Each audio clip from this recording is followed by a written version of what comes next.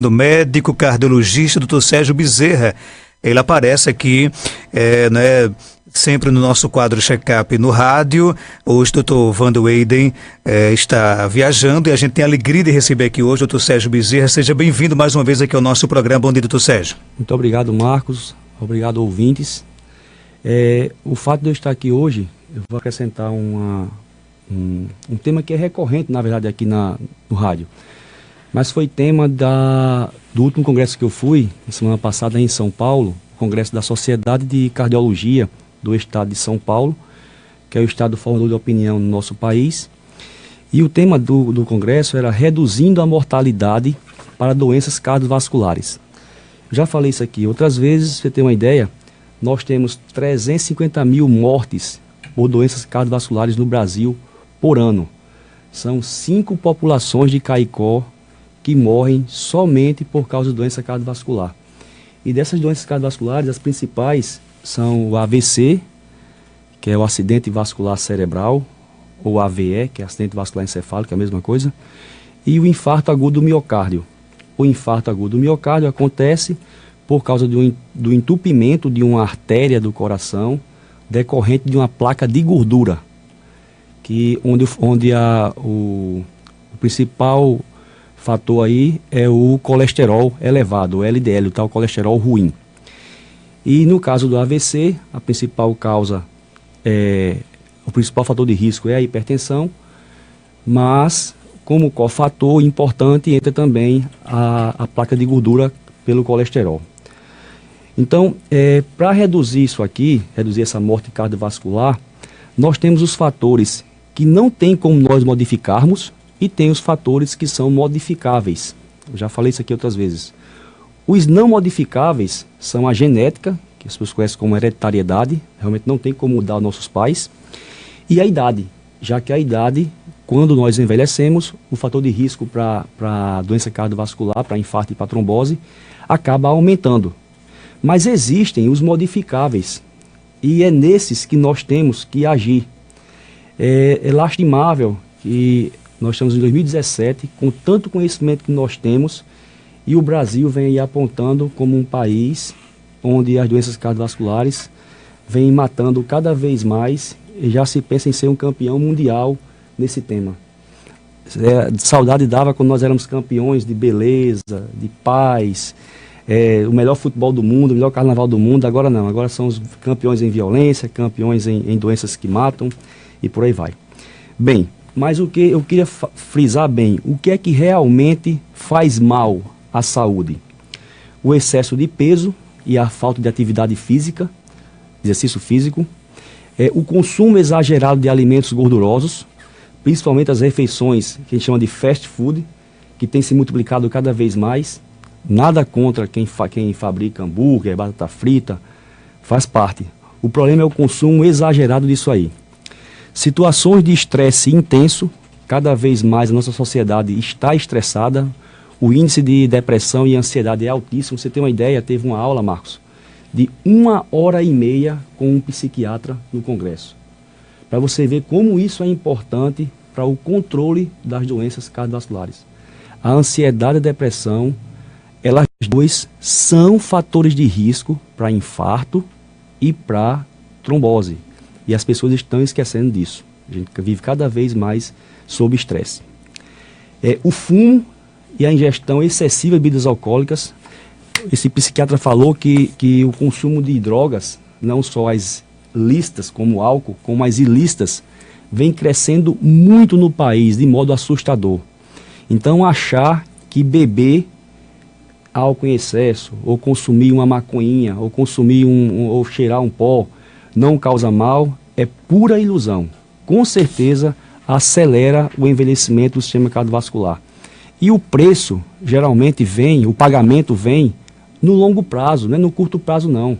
Muitas vezes uma cheiradinha de pó hoje vem dar reflexo daqui a 5, 6 anos, 10 anos.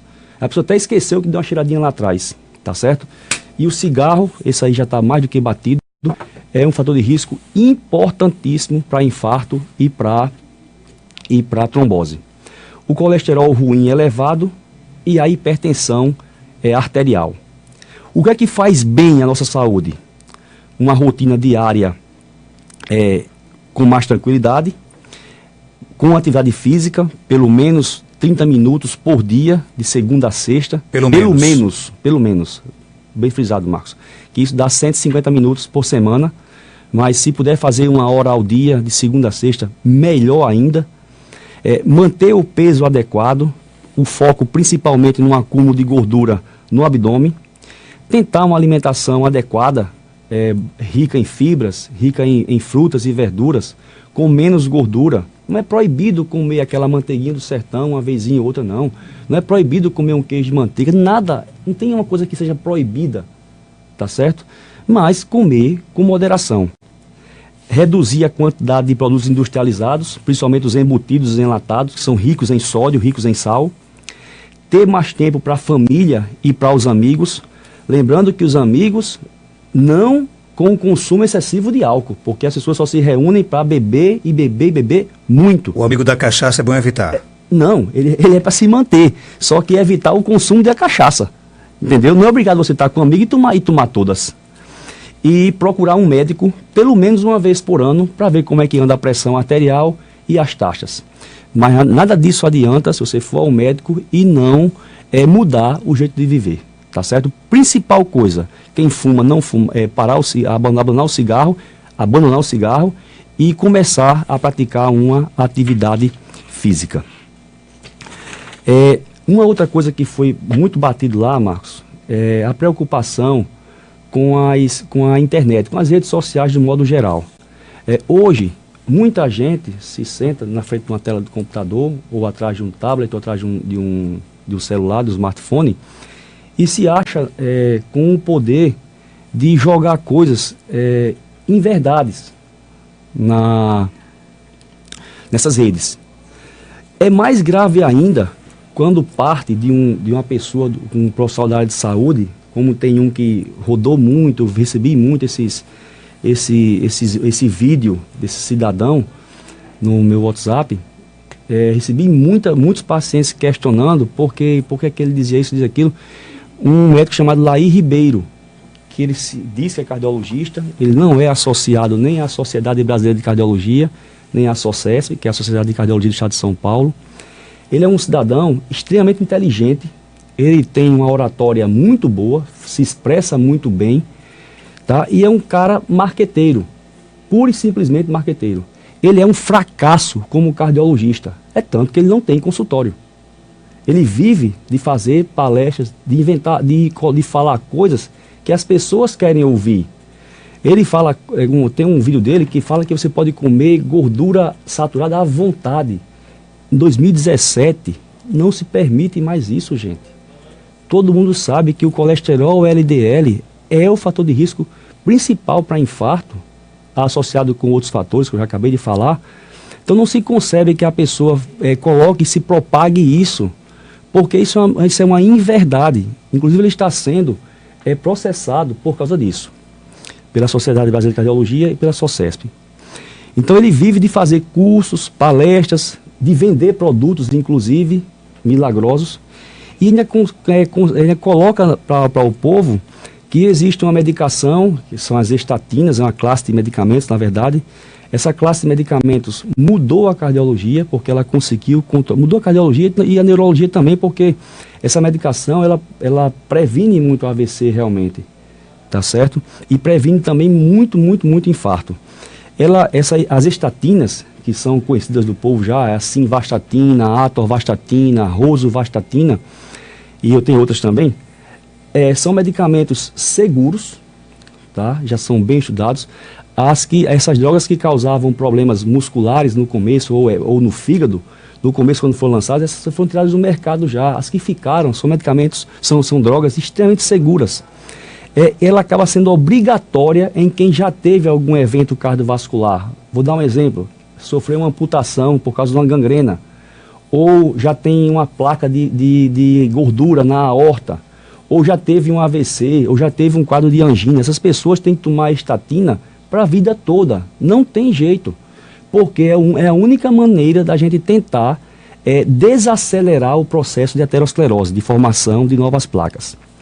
E para aqueles pacientes que nunca tiveram nenhum evento, mas são de alto risco, por exemplo, um diabético com hipertensão, um diabético que tem colesterol alto, um diabético fumante, eles vão ter que usar o remédio de colesterol bem antes de acontecer o evento, porque geralmente essas pessoas, quando vêm ter um evento, um infarto, um AVC, é um evento muito grave. Então, o que é que ele falou? Ele falou que essa medicação era coisa da cabeça dos médicos com a indústria farmacêutica. Isso não se concebe mais em 2017, gente. Então, ele falou o que o povo quer ouvir, o que o leigo quer ouvir. E as pessoas acabam indo na conversa dele porque não é bom realmente tomar remédio. Quem é que gosta de tomar remédio, medicamento? Mas quando é necessário, não tem jeito. Vem muito da genética. Tem pessoas magérrimas de 40 anos de idade que estão sob risco de ter infarto, de ter AVC, porque a genética é desfavorável, porque já tem um colesterol alto, porque tem hipertensão. Essas pessoas têm que tomar remédio, não tem outro jeito, se quiser reduzir o risco cardiovascular. O problema é que todo esse risco cardiovascular, de novo, é para longo prazo. Quando a gente toma um remédio de colesterol hoje, ou de pressão hoje, a gente está reduzindo os eventos em 10 anos, não é em 2, 3 dias. E outra coisa, colesterol e hipertensão, gente, não dá sintomas.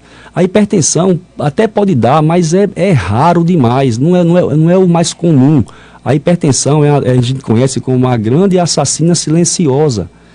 Tem gente que relaciona a hipertensão com dor de cabeça, com um monte de sintomas, mas muitas vezes o desconforto que essa coisa está ocasionando ao corpo é que faz com que a pressão suba e não o contrário, tá certo? Ele promete também que ele já vende uma água milagrosa lá, essa água milagrosa vai resolver tudo, e não é bem assim. Outra coisa muito comum também, eu chego as pessoas perguntam no consultório, doutor, e noni? E suco de berinjela? Teve uma época que até água oxigenada fazia efeito, mas isso não tem comprovação científica absolutamente nenhuma. A gente só pode dizer que determinada conduta serve ou não serve para reduzir infarto se você comparar um grupo de pessoas que usou com um grupo de pessoas que não usou tal coisa, no caso o suco de berinjela, e com as mesmas características, as pessoas que fumam, que têm diabetes. Aí você coloca para os dois grupos, quem usa e quem não usa, e vê no final de tantos anos quem é que teve benefício e quem não teve benefício. E isso é que é testado com os medicamentos, tá certo? Como a doença é uma doença multifatorial, não existe um fator só, infelizmente os medicamentos são medicamentos múltiplos. É um para colesterol aqui, outro para hipertensão ali, outro para diabetes aqui. A gente não tem outro jeito. Foi assim que nos Estados Unidos, que na Europa, que no Canadá, se conseguiu reduzir a quantidade de infartos e de trombose. Foi desse jeito, usando medicamentos e mudando os hábitos de vida. As coisas são somatórias. Cada coisinha que você vai fazendo a mais para a sua saúde vai aumentando sua sobrevida, vai diminuindo o seu risco. Ninguém tem risco zero. Se fosse assim, ninguém morreria. Não é verdade, Marcos? Mas o que a gente pode fazer, o que a medicina tem hoje para a gente, é que a gente possa aumentar os anos vividos e com mais qualidade, fazendo aquelas coisas que eu comentei no começo da minha participação aqui no programa hoje. Você traz, inclusive, uma preocupação bastante interessante, que é não acreditar na primeira coisa que a gente vê na internet, né? E antes de qualquer coisa, consultar o profissional de confiança. Isso, consultar o pessoal de confiança, Marcos. E outra coisa também, você pode colocar nas suas redes aí, eu vou citar aqui dois sites que são de confiança. É o site da Sociedade Brasileira de Cardiologia. Anotem aí, www.cardiol.br. Cardiol escreve assim, C de casa, A-R, D de dado, I-O-L.br. E o site da Sociedade de Cardiologia do Estado de São Paulo é www.socesp, S-O-C de casa, E-S-P.org.br. Nesses sites tem a área para o profissional de saúde e tem a área para as pessoas que não são profissionais de saúde. E tem muita coisa interessante lá. Essas coisas que eu falei hoje aqui estão todas no site lá. E aí sim, você vai pegar informações que são úteis para a sua vida, são úteis para você passar para os seus familiares e que são baseadas em trabalho científico, que é o que conta realmente. Nós temos aqui muitas perguntas, deixa eu já iniciar aqui pela que acabou de chegar aqui no nosso telefone, mas tem aqui pergunta no Facebook, no nosso WhatsApp, né? Nós deixamos para o final para que o doutor Sérgio pudesse fazer de forma bem bacana a sua explanação do quadro check-up no rádio de hoje. O ouvinte quer saber, por exemplo, se o adoçante ele é indicado para quem tem problemas no coração. Olha, o adoçante ele vai ser indicado naqueles pacientes que têm necessidade de reduzir o consumo de calorias. As pessoas que estão obesas, as pessoas que que têm diabetes, obviamente, também é importante demais. E hoje os dois mais seguros são estévia e sucralose. Em primeiro lugar, estévia. Esse não tem relato nenhum de história de aumentar risco de câncer, de aumentar peso, absolutamente nada, de câncer de bexiga, como surgiu com alguns outros adoçantes. Então, se quiser usar um adoçante seguro, é estévia e sucralose, principalmente estévia. Agora, se você quiser substituir, por exemplo, o açúcar no seu dia a dia pelo adoçante, pode fazer isso? Pode, não é proibido de jeito nenhum, não tem nenhuma proibição. Sendo esse estévia, não vejo proibição, não. Só uma confusão que as pessoas fazem em relação, isso é um assunto muito melhor para nutricionista, mas o que eu costumo dizer é o seguinte, é que o açúcar mascavo e o açúcar e o demerara, eles têm a mesma quantidade de calorias do que o açúcar branco. A diferença é a disponibilidade. Já que o açúcar branco refinado, ele rapidamente entra no sangue, na corrente sanguínea, ele tem um índice glicêmico muito alto. Aí acaba tendo maior chance de engordar do que os outros açúcares, o açúcar escuro. Mas se for usar o açúcar escuro, gente, cuidado também. Tem gente que por ser mascavo ou ser demerara, capricha na dose. Então, na verdade, de novo, moderação é a palavra mais importante de tudo, é moderação. A nossa ouvinte, Alciné Lília, minha querida amiga lá de Jardim do Seridó, ela pergunta, doutor Sérgio, o limão é bom para as taxas de colesterol? Olha, ou é mito? Mito, não existe nada que diga que, não tem trabalho científico mostrando que o limão vai conseguir baixar as taxas. Agora, se você usa o limão todo dia de manhã, mas junto com isso você começa a fazer uma atividade física ou reduz o consumo de gorduras junto, é óbvio que vai baixar, tá certo? Mas se não tem nada provado que o limão sozinho, se fosse assim, a gente não precisaria usar estatina, a gente usa só limão. E ainda tem mais um risco, Marcos, tem gente que exagera tanto no limão, de manhã logo cedo, que a hora que aumenta a acidez do nosso estômago, aí pega sintoma gástrico. Mais perguntas chegando aqui. Marli Lima, ela pergunta, Marcos, pergunta ao doutor Sérgio se uma pessoa que tem pressão alta, mas mudou de vida, perdeu peso, não é mais sedentária, pode deixar de tomar medicamento? Pode, isso existe. Ela não vai deixar de ser hipertensa. Ela vai continuar sendo o diagnóstico lá de hipertensão, só que ele diz assim, hipertensão com controle não medicamentoso. Isso existe. É tanto, Marcos, que os pacientes que têm obesidade, que passam por gastroplastia, pela redução do estômago, pela cirurgia bariátrica, eu tenho muitos pacientes que deixaram de tomar antihipertensivos. Porque realmente a mudança de hábito de vida, a redução do peso, em quem fuma, parar de fumar, em quem bebe muito, reduzir o consumo de álcool, reduzir o consumo... Cada coisinha dessa vai reduzindo um pouco a pressão arterial.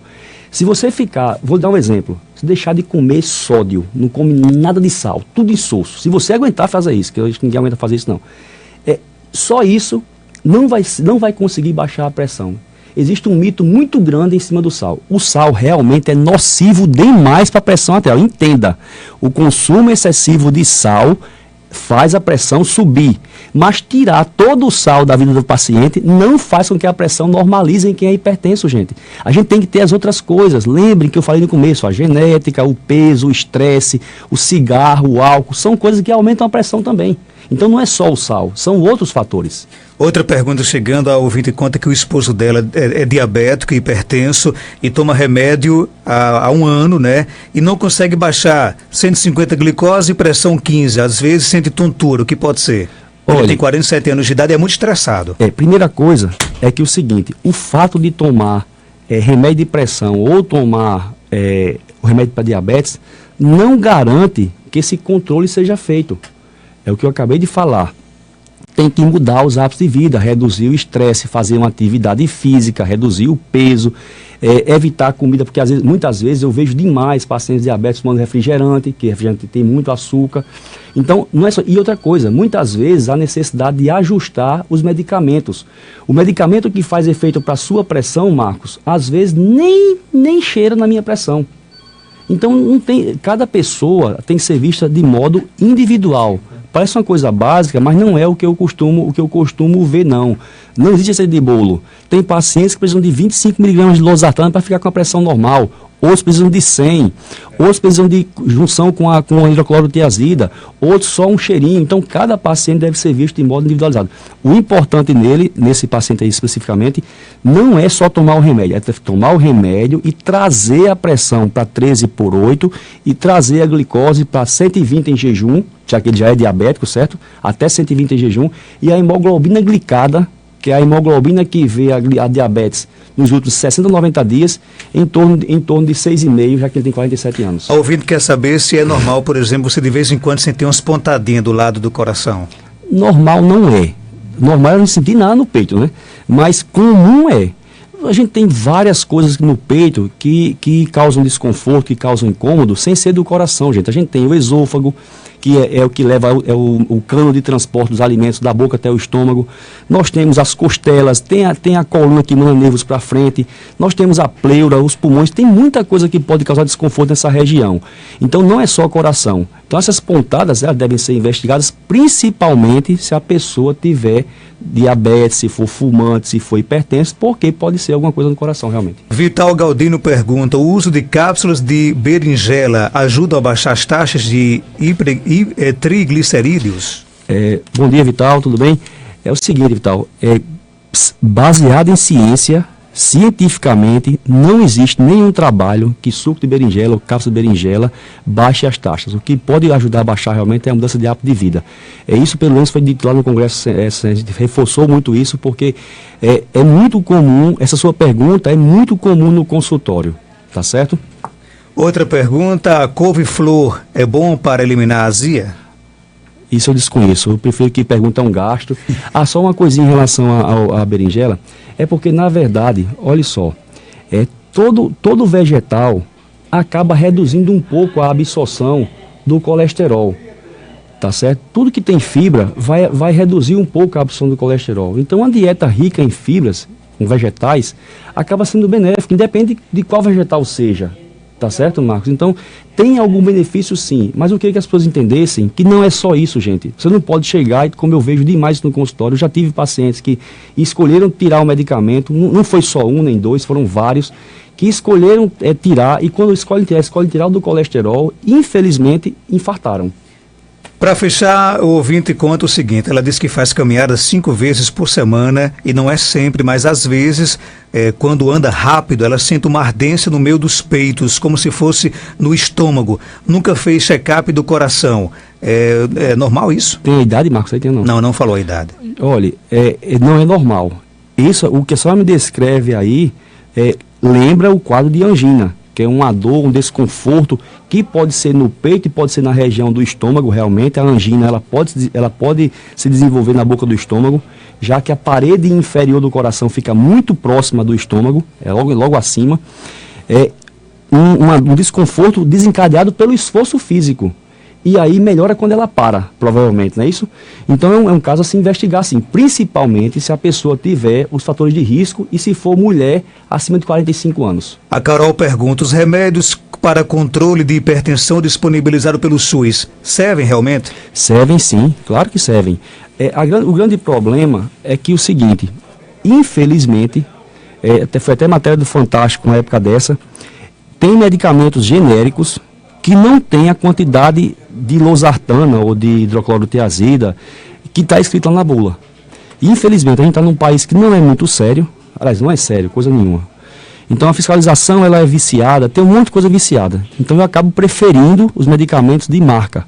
Mas mesmo os medicamentos de marca, a gente já tem hoje, no Farmácia Popular, Marcos, losartana de marca boa, sendo dada gratuitamente nas farmácias populares. Não são todas não, tá certo?